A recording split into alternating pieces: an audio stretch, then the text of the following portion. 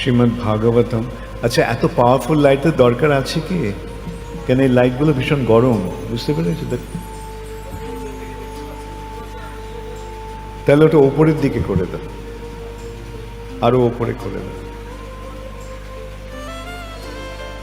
তো যথেষ্ট আলো আছে তোমাদের, আমাকে দেখতে পাচ্ছ না তোমরা? আমার কথা শুনতে পেলেই হবে, না দেখতে পেলেও ক্ষতি নেই। শুনতে পাচ্ছ তো সকল?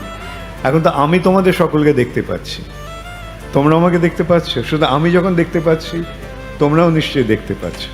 সুতরাং এই লাইটের দরকার নেই, সব নিভিয়ে দাও তো দেখি কেমন লাগে।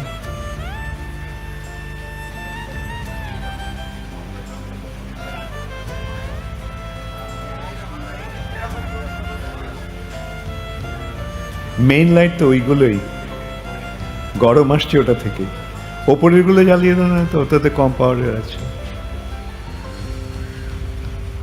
এটাও বন্ধ করে দাও। আচ্ছা ঠিক আছে, এটা ঠান্ডা লাইট আছে, হ্যাঁ এটা দিতে পারো। তো এটা তবু ওপরের দিকে করে দাও, ঠিক আছে?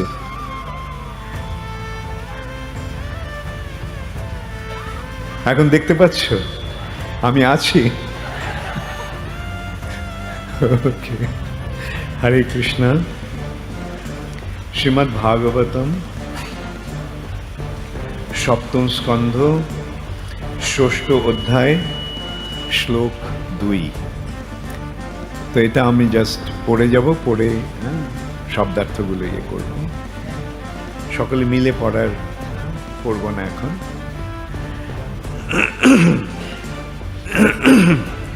যথা হি পুরুষস্যোহ বিষ্ণু পাদোপসর্পণম যদেশ সর্বভূতানাং প্রিয় আত্মেশ্বরঃ সুহৃৎ।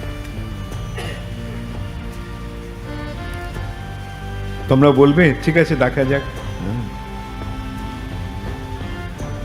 যথা হি পুরুষস্যৈহ বিষ্ণু পাদোপসর্পণম যদেশ সর্বভূতানাং প্রিয় আত্মেশ্বরঃ সুহৃৎ। যথা হি পুরুষস্যেহ বিষ্ণু পাদোপসর্পণম যদেশ সর্বভূতানাং প্রিয় আত্মেশ্বরঃ সুহৃৎ।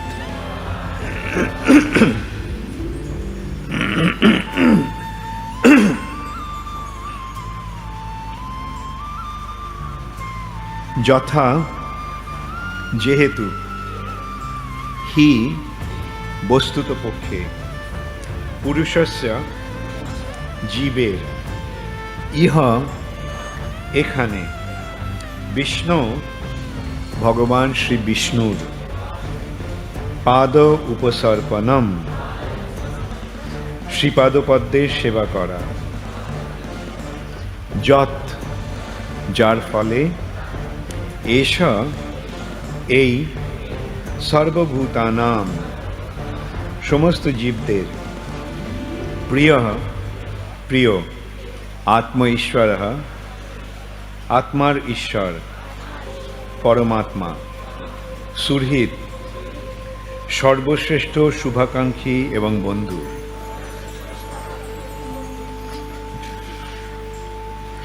অনুবাদ: মনুষ্য জীবন ভগবত ধামে ফিরে যাওয়ার সুযোগ প্রদান করে। তাই প্রতিটি মানুষের অবশ্য কর্তব্য ভগবান শ্রী বিষ্ণুর পাদপদ্মের সেবায় যুক্ত হওয়া। এই ভগবত ভক্তি স্বাভাবিক, কারণ ভগবান শ্রী বিষ্ণু সকলেরই পরম প্রিয়, পরমাত্মা এবং পরম সুহৃৎ। আপনারাও বলুন। মনুষ্য জীবন ভগবত ধামে ফিরে যাওয়ার সুযোগ প্রদান করে। তাই প্রতিটি মানুষের অবশ্য কর্তব্য ভগবান শ্রী বিষ্ণুর শ্রীপাদপদ্মের সেবায় যুক্ত হওয়া। এই ভগবত ভক্তি স্বাভাবিক, কারণ ভগবান শ্রী বিষ্ণুই সকলের পরম প্রিয়, পরমাত্মা এবং সুরহিত। বোঝা গেল শ্লোকটার অর্থ? কে কে বুঝেছ হাত তোলো, কে কে বুঝতে পারোনি হাত তোলো, আর যারা হাত তুলবে না ঠিক করেছো তারা হাত তোলো। অনেকের হাত ওঠেনি আমি দেখছি। ঠিক আছে, আমি আবার এটা বিশ্লেষণ করছি। আচ্ছা, এই কথাটা বলছেন প্রহ্লাদ মহারাজ। প্রহ্লাদ মহারাজের বয়স তখন কত বছর? 6 বছর। তার বন্ধুদের নিয়ে স্কুলে পড়াশোনা করছে, গুরুকুলে। গুরুকে অসুরদের গুরু, দৈত্যদের গুরু শুক্রাচার্যের পুত্র ষণ্ড এবং অমর্ক। তাহলে ওর কিরম শিক্ষা গুরু বুঝতে পারছো? আসরিক শিক্ষা। আসরিক শিক্ষা মানে কি? আসরিক শিক্ষা বলতে কি বোঝায় জানো তো? আজকালকার জগতে যে শিক্ষা নামে যেটা চলছে, পলিটিক্স, ইকোনমিক্স ইত্যাদি, কিভাবে এই জড়জগৎটাকে শোষণ করা যায়, এই জড়জগৎটাকে কিভাবে ভোগ করা যায়, তার শিক্ষা। এইটা হচ্ছে আসরিক শিক্ষা। ভগবত শিক্ষা। আসরিক শিক্ষার বিপরীতটা কি? দৈব শিক্ষা। দেবতারা কি শিক্ষা লাভ করে? ভগবত ভক্তি। আর অসুরেরা কি শিক্ষা লাভ করে? অসুরেরা কি শিক্ষা লাভ করে? কি করে এই জড়জগৎটাকে শোষণ করা যায়, জড়জগৎটাকে ভোগ করা যায়। শুনতে খারাপ লাগছে? সত্যি কথা মাঝে মাঝে শুনতে খারাপ লাগে, কিন্তু সাধুর কাজ হচ্ছে সত্যি কথা সকলকে শুনিয়ে দেওয়া। তা না হলে সাধু যদি লোকের মনোরঞ্জনের জন্য কথা বলে, তাহলে ওদের সাধু না হয়ে চিত্রতারকা হওয়া উচিত ছিল, মুভি স্টার। লোকেরা খুব ভালোবাসবে, সুন্দর সুন্দর কথা বলবে, সকলকে দেখাবে কিভাবে গরিবের ছেলে রাজকন্যার বিবাহ করে মহাসুখে এই জগৎ থেকে ভোগ করছে। কিন্তু এই যে প্রহ্লাদ মহারাজ এখানে দেখো কি শিক্ষা দিচ্ছেন তার বন্ধুদের। প্রথম কথা কি তিনি বলছেন? যে মনুষ্য জীবন ভগবত ধামে ফিরে যাওয়ার সুযোগ প্রদান করে। মনুষ্য জীবন মানুষকে ভগবত ধামে ফিরে যাওয়ার সুযোগ প্রদান করে।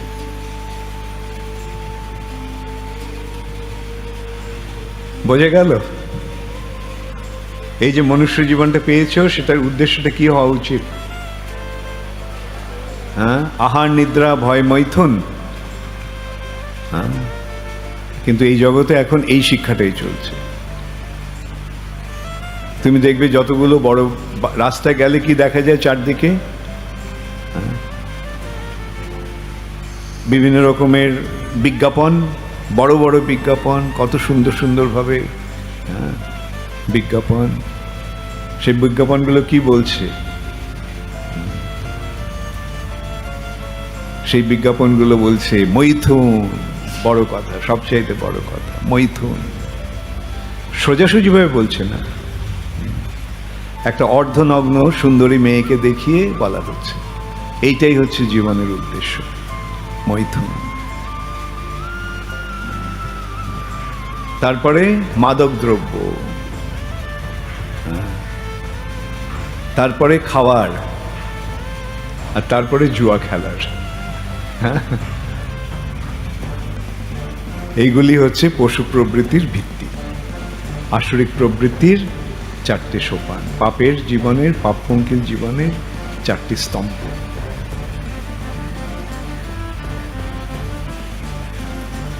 আমিষ আহার, নেশা, অবৈধ স্ত্রী সঙ্গ, দ্রুত ক্রীড়া।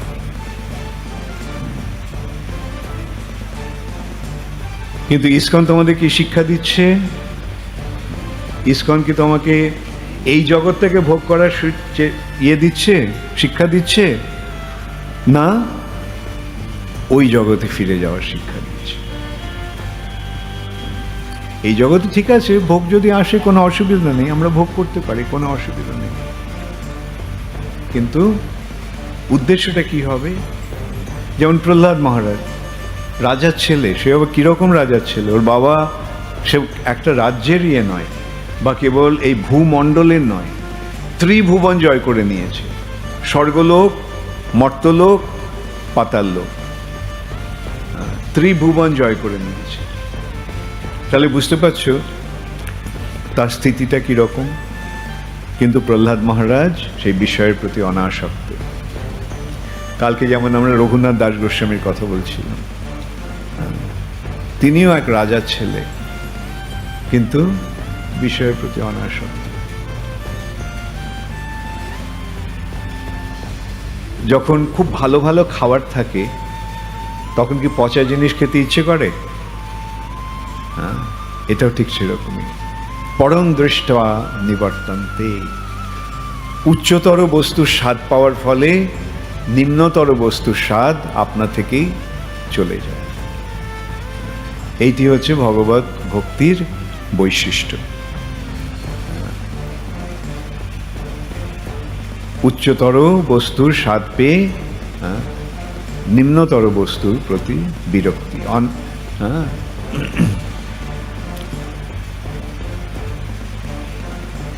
প্রহ্লাদ মহারাজ বিষয়ের প্রতি অনাসক্ত।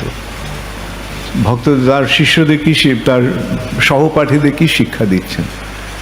খেলার ছলে তিনি তাদের এই শিক্ষা দিচ্ছেন, দেখো ভাই, এই জীবনটা একটা সুন্দর সুযোগ নিয়ে এসেছে। একটা 6 বছরের ছেলে এরকম ভাবে বলছে, শুনতে কিরম লাগে না? আশ্চর্য। কিন্তু এইটাই হচ্ছে ভগবত ভক্তি। ভগবত ভক্তিটা ওটা জন্ম জন্মান্তরে আমাদের সঙ্গে থেকে যায়।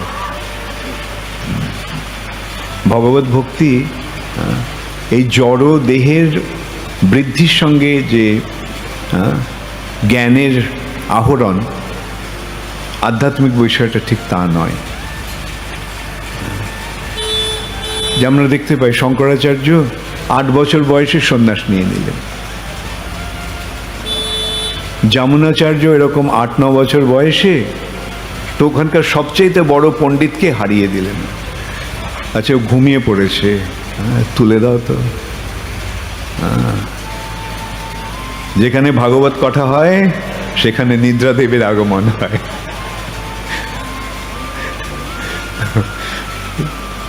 তোমার প্রহ্লাদ মহারাজ এরকম আমরা দেখতে পাই। যমুনাচার্যের কথা বলছিলাম, যমুনাচার্যের কথা শুনবে না? এখন বলবো না পরে বলবো? এখনই বলবো, ঠিক আছে? এসে যখন গেছে, যমুনাচার্যের বয়স তখন 8 বছর। গুরুর আশ্রমে সে শিক্ষা অর্জন করছে। তো সেই সময় সেখানে রাজপণ্ডিত, রাজার সভা পণ্ডিত, রাজপণ্ডিত, সে অন্য সমস্ত পণ্ডিতদেরকে হারিয়ে দিয়ে সে তাদের থেকে কর সংগ্রহ করত। সেই সময় এরকম একটা প্রথা ছিল, তুমি যে হেরে গেছো সুতরাং আমাকে কর দেবে। তো সেই, ওর নাম কোলাহল। সে কোলাহল, কোলাহলের অনুচর এসছে যমুনাচার্যের গুরুর আশ্রমে। গুরু ছিল না। যমুনাচার্য জিজ্ঞাসা করলেন, কি বলুন, কি করতে পারি আপনার জন্য? না, এরকম আমার গুরু আমাকে পাঠিয়েছেন, তোমার গুরু কর দিচ্ছে না। ও আচ্ছা, কেন কর দেওয়ার কি? কেন? তোমার গুরু আমার গুরুর কাছে হেরে গেছে, সুতরাং তাকে কর দিতে হবে।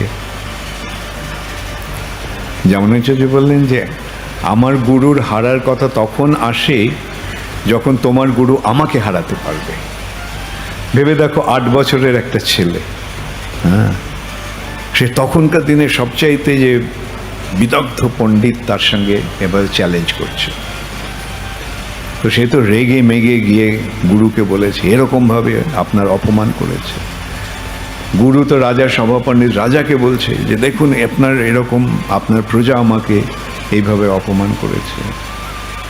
তো রাজা বিচক্ষণ ছিল, বলল ঠিক আছে, ও তো আপনাকে তর্কযুদ্ধে আহ্বান করেছে, তো এটা অপরাধ কি আছে, আহ্বান করেছে, আপনি তর্কযুদ্ধ করুন। তো সংবাদ পাঠানো হলো, ঠিক আছে তুমি এসো, আমার সেই কোলাহলের সঙ্গে তোমার বাক বিতণ্ডা হবে। যমুনাচার্য কি বলল, দেখো আমি তাকে তর্কযুদ্ধে আহ্বান করেছি, সুতরাং ওনার কাজ হচ্ছে আমার কাছে আসা, ওর কাছে যাওয়াটা আমার কর্তব্য নয়। তবে ঠিক আছে, যদি নিয়ে যেতেই হয় তাহলে আমাকে সেইভাবে সম্মান দিয়ে নিয়ে যেতে হবে। সে কথা গিয়ে বলা হলো। রাজা বলল ঠিক আছে, ওর জন্য একটা পালকি পাঠিয়ে দাও। তো পালকি গেছে, পালকি করে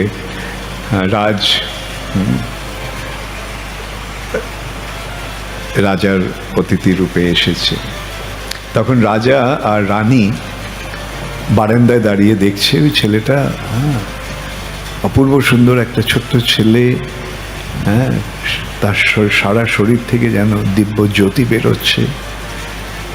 রানী বললে, এবার তোমার এই কোলাহল উপযুক্ত প্রতিদ্বন্দ্বীকে পেয়েছে, ওর কাছে এবার ওকে নাস্তানাবুদ হতে হবে। রাজা বলছে, রানী তুমি কি বলছো, এই একটা ছোট্ট 8 বছরের শিশু, সে কি কোলাহলের মতো এত বড় পণ্ডিত কি কখনো হারাতে পারে?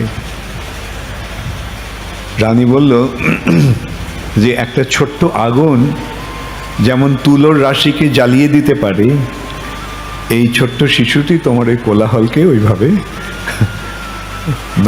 করবে, পরাজিত করবে। রাজা বলছে, দেখো কেন তুমি এরকম কথা বলছো, তো কখনো সম্ভব? রানী বলল, ঠিক আছে, যদি ও হারাতে না পারে তাহলে আমি তোমার দাসীর দাসী হয়ে থাকব। রাজা বললে, এত বড় একটা করলে, তুমি প্রতিজ্ঞা করলে, ঠিক আছে, এটারও একটা আমি দেব, উপযুক্ত দেব। সেটা হচ্ছে, ও যদি কোলাহলকে হারাতে পারে তাহলে আমি আমার রাজ্যের অর্ধভাগ ওকে দিয়ে দেব।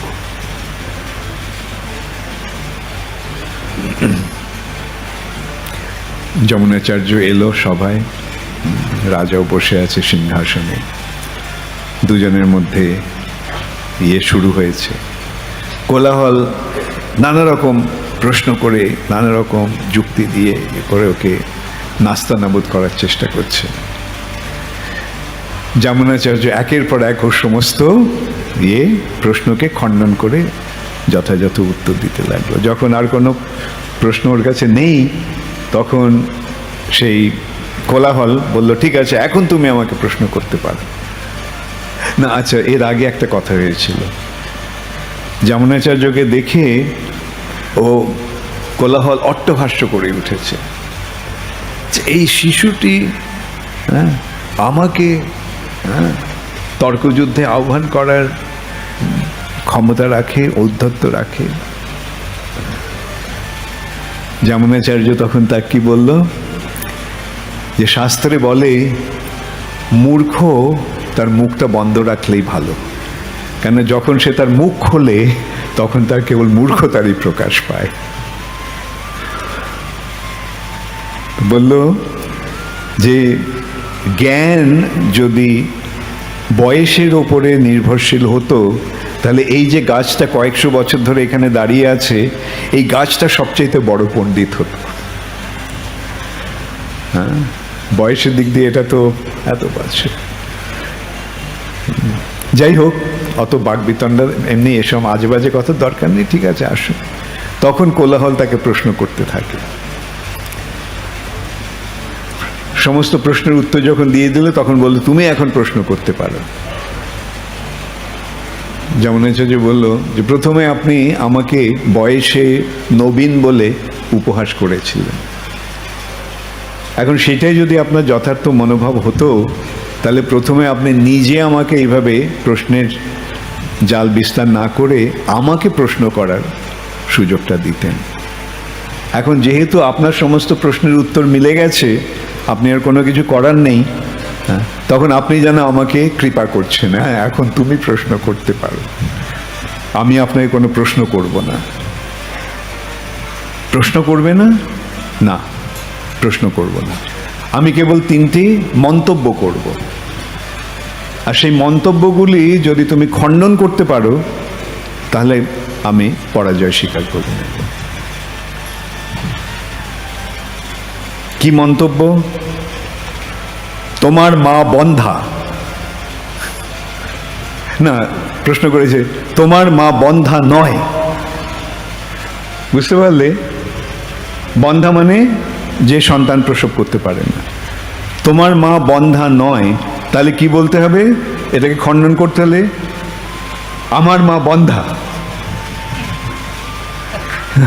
চুপ করে গেছে। রাজা মহাপুণ্যবান,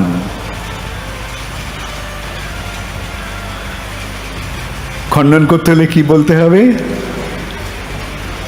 রাজা পাপী।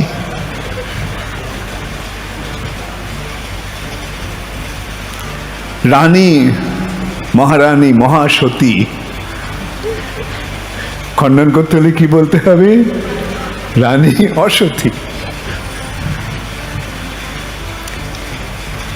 সে উত্তর না দিতে পেরে সে একেবারে অগ্নিশর্মা হয়েছে, এরকম কিভাবে বলা সম্ভব, আমি কিভাবে ইয়ে করতে পারি। তো ও যখন আমাকে এই প্রশ্নগুলো করেছে এইভাবে খণ্ডন করার জন্য, এখন ওকে এটা খণ্ডন করতে হবে। ও যদি খণ্ডন না করতে পারে তাহলে ওকে পরাজয় স্বীকার করতে হবে। এরকম, হ্যাঁ, এইরকম আজে বাজে কথা বলে কি এগুলো খণ্ডন করার যুক্তি দেওয়া যেতে পারে? যমুনাচার্য ঠিক আছে, শাস্ত্র থেকে একটা শ্লোক উদ্ধৃতি দিলেন, যে নারী এক সন্তানের জননী তিনি বন্ধাতুল্যা। যেহেতু আপনি আপনার মায়ের একমাত্র সন্তান, অথবা আপনার মা বন্ধাতুল্যা। রাজা যদিও অত্যন্ত পুণ্যবান, কিন্তু রাজাকে প্রজাদের 6 ভাগের 1 ভাগ পাপ গ্রহণ করতে হয়। যদিও রাজা অত্যন্ত পুণ্যবান, কিন্তু রাজাকে পাপ গ্রহণ করতে হচ্ছে।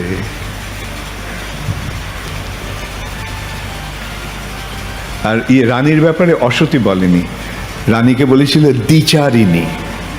হ্যাঁ, দ্বিচারিণী মানে রানী দ্বিচারিণী নয়, মানে দ্বিচারিণী মানে অন্য পুরুষের সঙ্গ যে করে, যে বিবাহিতা স্ত্রী অন্য পুরুষের সঙ্গ করে তাকে বলা হয় দ্বিচারিণী। হ্যাঁ, রানী অত্যন্ত পুণ্যবতী, সতীত্বের প্রতীক। কিন্তু রাজা যেহেতু সমস্ত দেবতাদের প্রতীক, সমস্ত দেবতা যেহেতু রাজার শরীরে আছে, তাই রাজার সঙ্গে যখন রানীর বিবাহ হয়েছিল তখন সমস্ত দেবতাদের সঙ্গেও তার বিবাহ হয়ে গেছে। অতএব এইভাবে যমুনাচার্য 8 বছরের একটা ছেলে, 8 বছরের একটা শিশু, এইভাবে মহাপণ্ডিত এই কোলাহলকে পরাস্ত করেছিল। রাজা তখন জিজ্ঞাসা করলো, এখন তুমি যেহেতু কোলাহল পরাজিত হয়েছে, তুমি ওকে এখন যে কোনো দণ্ড দিতে পারো। যমুনাচার্য বলল, ওকে দণ্ড দেওয়ার প্রয়োজন নেই, ও এই রাজ্য থেকে নির্বাসন দিয়ে দেন, আপনারা এই রাজ্যে থাকবে না, ওকে ওইখান থেকে চলে যেতে হবে। এই সূত্রে যমুনাচার্য রাজা হয়েছিলেন। কেমন লাগলো? হ্যাঁ, তাহলে কি বোঝা গেল? এই যে দিব্য জ্ঞান, সেটা আমাদের সব সময় সঙ্গে থাকবে। যেই জ্ঞানটা আমরা অর্জন করছি সব সময় আমাদের সঙ্গে থাকবে। যখন পরবর্তী জীবনে ওটা আমাদের সঙ্গে থাকবে, তবে যখন কেবল ভক্তির সূত্রপাত হবে তখনই এই জ্ঞানটি প্রকাশ পাবে। তাই জন্য দেখা যায় অনেকে এই পথে আসার সঙ্গে সঙ্গে আমরা দেখতে পাই তারা অনেক অগ্রসর হয়ে গেছে, তাই না? দেখা যায় না অনেক ভক্ত দেখেই মনে হয়, আসা মাত্রই মনে হয় আরে কি অ্যাডভান্স ডিভোটি। তাহলে কি বুঝতে হবে? তারা পূর্বজন্মের থেকেই তাদের সংস্কার রূপে এটা নিয়ে আসছে। তাহলে প্রহ্লাদ মহারাজের কথায় ফিরে যাওয়া যাক, এই শ্লোকটির কথায় ফিরে যাওয়া যাক। হ্যাঁ, কি বলা হচ্ছে যে মনুষ্য জীবনের উদ্দেশ্যটা কি, মনুষ্য জীবন কি সুযোগ দিচ্ছে, কার কার কে কে বুঝে নিয়েছো, হাত তোলো। ভেরি গুড, হ্যাঁ সবাই বুঝে নি। মনুষ্য জীবনের উদ্দেশ্য কি, মনুষ্য জীবন ভগবত ধামে, হ্যাঁ ভেরি গুড, ভগবত ধামে ফিরে যাওয়ার সুযোগ প্রদান করে। তাই প্রতিটি মানুষের কর্তব্য কি, ভগবান শ্রী বিষ্ণুর শ্রীপাদপদ্মের সেবায় যুক্ত হওয়া। প্রতিটি মানুষের কর্তব্য হচ্ছে ভগবানের শ্রীপাদপদ্মের সেবায় যুক্ত হওয়া। যখন সেই ভগবানের শ্রীপাদপদ্মের সেবায় কেউ যুক্ত হয়, তখন কি বুঝতে হবে, তাদের জীবন সার্থক। তোমরা কে কে ভগবানের সেবায় যুক্ত হয়েছো, ভগবানের শ্রীপাদপদ্মের সেবায় যুক্ত হয়েছো? Very good, very good. তাহলে তোমাদের জীবন সার্থক হতে চলেছে। জীবন সার্থক, মানুষের জীবন একটা অপূর্ব সুন্দর সুযোগ নিয়ে আসে, সেই সুযোগটা সদ্ব্যবহার করাটাই হচ্ছে কর্তব্য।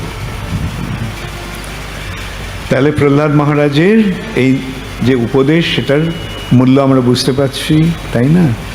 ভগবানের সেবায় যুক্ত হওয়াটাই এই জীবনের চরম উদ্দেশ্য।